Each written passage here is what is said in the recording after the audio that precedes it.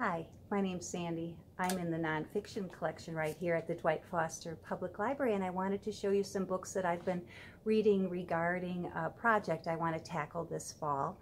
I'm thinking about decluttering my home, and I checked out this book, Put Your House on a Diet. And this one is by Ed Morrow, Sherry Bykowski, and Rita Rosenkrantz. And it's a cute book, easy read, lots of humor. The idea of putting your house on a diet is very much like maintaining also a healthy weight. So it's something you have to work on regularly, according to the author. And they have lots of practical suggestions and solutions. And basically it comes down to buying less and just keeping what you actually use. And so this was a good read. Another one you might try, if you too want to tackle the declutter, is The Joy of Less, a minimalist living guide, and this is by Francine J. And Francine points out that the word minimalist often has a negative connotation, as in scarcity and deprivation. But she points out that by being a minimalist, you create space in your home, in your closet, in your garage, and in your mind. And so it's really about your attitude and perspective as how you approach these projects, and it can be life-changing. So this was also a very interesting title. Another book that I've been reading is The Life-Changing Magic of Tidying Up. And this one is by Marie Kondo and came out several years ago and was really very popular, and I am just reading it now. And instead of going room by room, Marie recommends going by category so that you gather all your things of one category and then choose to keep those that bring you joy. Spark joy is the term she uses, and I think it's hard to even know sometimes what sparks joy, and that's why she recommends actually touching those items or comparing them.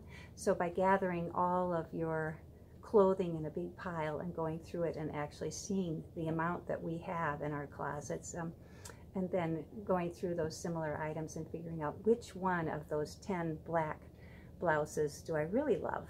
So that's going to be an interesting project. I can't even imagine what my pile of things will look like. And you go from clothing to books to miscellaneous, and finally those sentimental items. So I think as you work through these categories, your ability to choose what sparks joy becomes easier. At least that's my hope.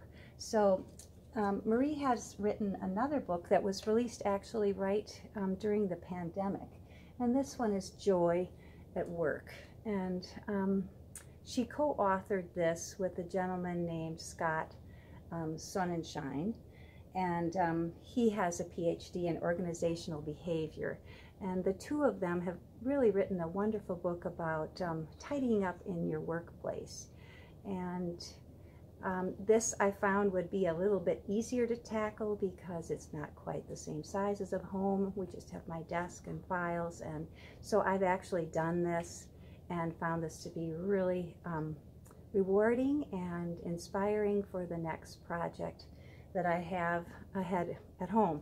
So the author, Scott Sonnenschein, also has a book that I read. I found him very interesting, and it's called Stretch.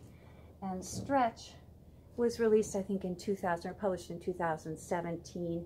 And he points out that we often think that more is better.